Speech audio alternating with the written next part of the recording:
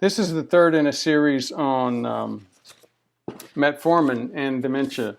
There was an abstract presented by Dr. Kwan at the predecessor conference for this. This is ADPD, Alzheimer's, Parkinson's disease. This is just an ad for the upcoming one in 2019 in Lisbon, Portugal. The one that she presented in was in Vienna, Austria, I think. I had a difficult time finding the study. Just to let you know, I'm going to be going over her study as well as 3 or 4 other studies that have been quoted in this series, and quoted by some of the other articles that I've reviewed. Had a hard time finding Dr. Kwan's complete article. Did finally find it in a journal called Progress in Neuropsychopharmacology and Biological Psychiatry. I haven't heard of that journal, and it struck me as a little bit suspicious. It's a real valid journal, but obviously it's not one of the. It's certainly not Nature or New England Journal or some of those leading publications. Here's part of the article itself, and I'll quote a few other things from it. She did go on to say, to her credit, we need more prospective studies to look at this, because her biggest challenge was confounding. We'll talk about that a little bit later. But you heard me make a couple of maybe not so complimentary comments about the journal, Progress in Neuropsychopharmacology and Biological Psychiatry. Now, why would I do that? And you don't have to trust me. There are actually journal ranking services on the internet. This one is called Shimago Journal and Country Rank. It's one of the larger ones, and it's got a number here. The H index, basically it's the number of citations on, it's one of the indicators for the number of citations. Here, look at the description of the journal. You'll find some more interesting components. One of its main aims is to assure rapid publication. So, again, I think it sometimes maybe gives up citable, clear, good science in order to just get something out there early. Now, you go on down the rankings and you look at how many citations actually do come out of this journal. Per document, starting off in 2099, 2001, very, very few. Getting up to 2, even maybe 3,000 as it matured. Now, that may sound like a lot, but let me give you some perspective. The original number where that journal was 100 and something. Nature magazine, the top journal in the world, is 1,011. Most of the folks viewing this channel at least have heard of Nature magazine. New England Journal's about 800 and something. JAMA's in the 700s. Another journal that published an article I'll be talking about in a little bit more detail in this video is Neurology. It's 310. And this write-up gives you a little bit more perspective. At 310, it is the #1 cited neurology journal in the world. So, what does that citation number look like? Well, back in '99, it was up over around 12,000 per document, then getting up closer to 20,000, 15 to 20,000 citations. So, again, neurology is a very, very good journal. Back to Dr. Kwan's publication and the Journal of Neuropsychopharmacology and Psychiatric something else or another. Dr. Kwan took the Taiwan National health insurance research database and did what she called a cohort study. It was a retrospective study. She recruited 4,651 patients. Here's how she said she got away from confounding factors. She said, we did a multivariate Cox proportional hazards. That's a statistical process. It doesn't really talk that much about actual how you got rid of confounding. After adjustment for several confounding factors. So here's the thing. If you're going to show that there is an increased risk for dementia from metformin, which is the #1 drug for diabetes, you're going to have to get into deep detail on how you got around confounding. We'll see studies that show the opposite, a protective effect from metformin. That's not confounding because, again, diabetes is related, it's the confounder. It's related to both taking metformin and getting the dementia. So here you've got the one article that really said there's a risk, but she didn't go into detail on the confounding. Okay, the metformin cohort had an increased risk of all-cause dementia.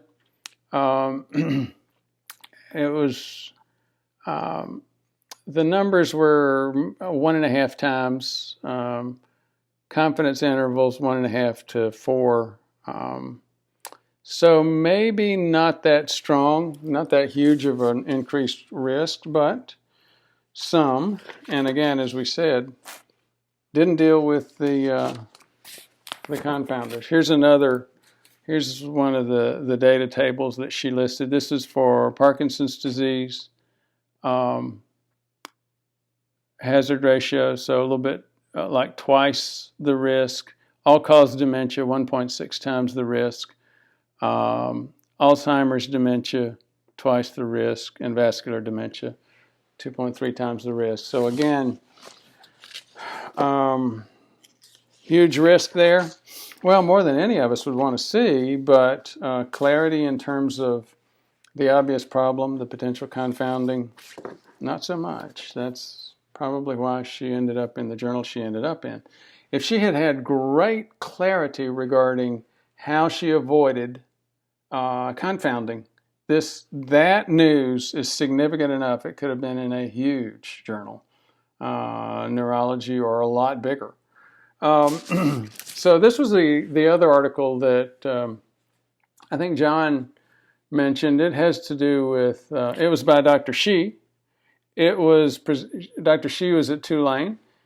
She presented in the New Orleans Diabetes Conference in, I think, 2016.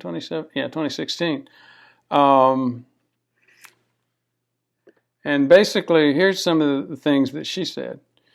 She saw a decrease in risk. She looked at 6,026 patients, age 63, on average. The Veterans Affairs database, so these were veterans. 5.2 years of follow-up selected. Incidence of neurodegeneration in general was 1.15 per 100 person years with metformin, and 2.79 per person year, 100 person years without metformin. So a little bit less than half the risk. She looked at confounders as well. Like both studies, everybody that they selected had diabetes. So just having diabetes alone was not, I'll cover that a little bit later. This study did adjust for level and degree of diabetes and adjusted for other diabetes medications. They saw decreased risk from metformin compared to other medications like sulfonylureas and insulin, which was seen again in another study as well. This study was published in the Journal of Alzheimer's Disease. It's a relatively good journal. Long-term metformin usage and cognitive function among older adults. with diabetes. This is Dr. Ng, Ng, 365 older patients, age 55 and older in the Singapore population database, followed for 4 years.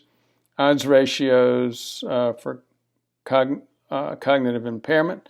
They controlled for age, education, diabetes duration, fasting blood glucose, vascular and non-vascular risk factors.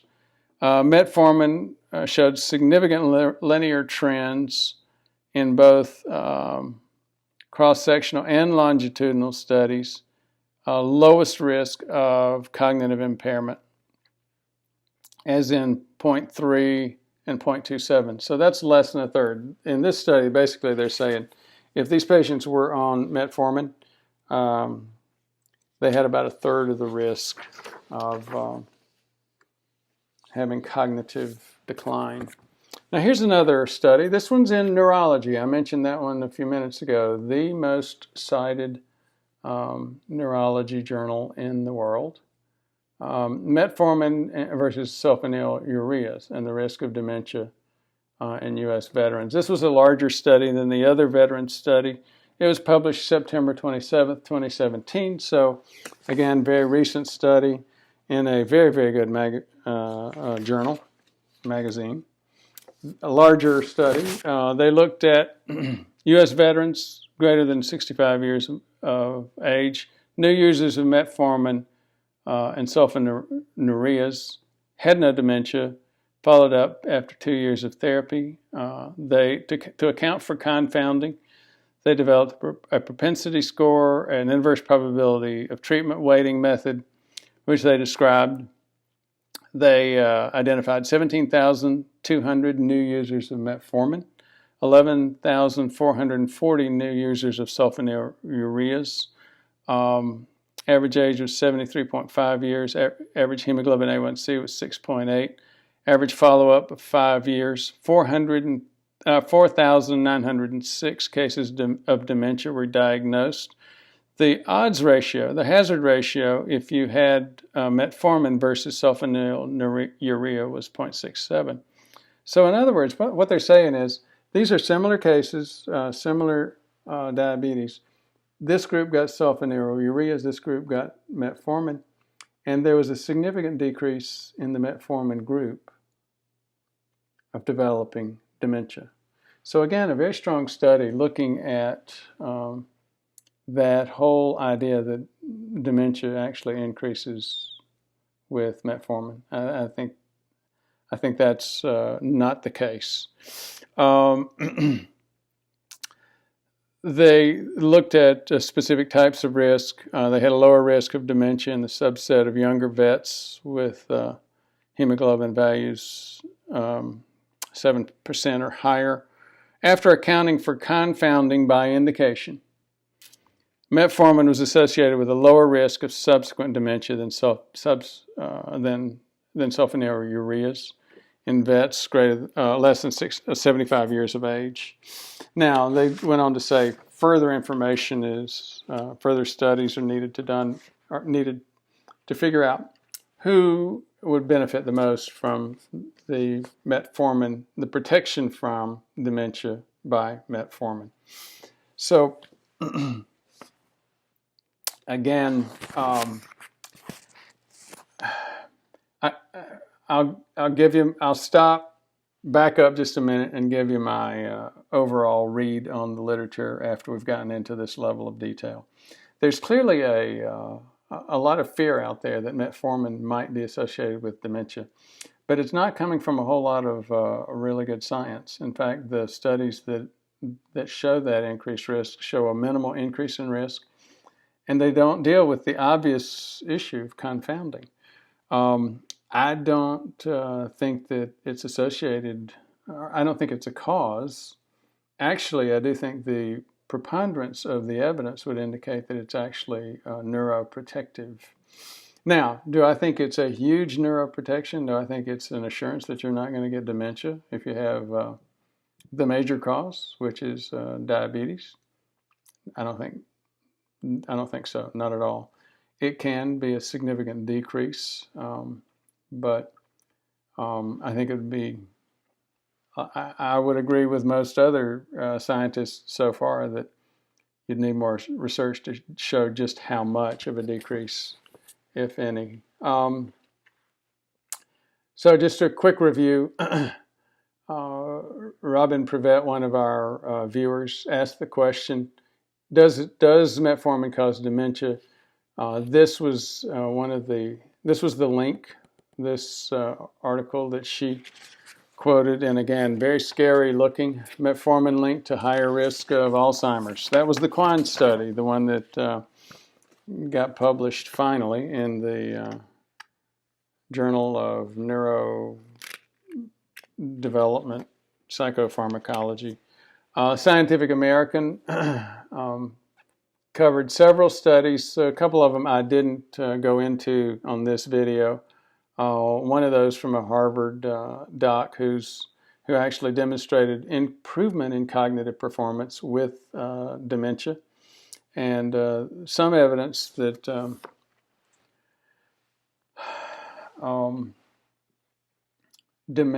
dementia might be prevented in patients even who don't have known insulin resistance or diabetes. Again, that's a different study question for a different time, but it references another set of videos that I've done on metformin. There's a study called TAME. The acronym stands for Targeting Aging with Metformin. There's evidence that metformin can slow down more than one of the processes associated with aging, metabolic processes, cyclic AMP, mTOR, some of the other enzymes associated with carbohydrate metabolism. But that study, even though it's been suggested and approved by the National Institutes of Aging and some other groups, has had a lot of trouble getting funded. And why is that? Well, I've got plenty of patients that are getting metformin for zero copay. You can get it for $4 for a month at Walmart pharmacy. There's, except for some fairly unusual exceptions, metformin's not making a whole lot of money for a whole lot of big corporations that are willing to step up and fund research regarding what it does do. So, again, we've taken a long, sometimes confusing, sometimes difficult walk through the science around metformin and dementia. Thank you for your interest.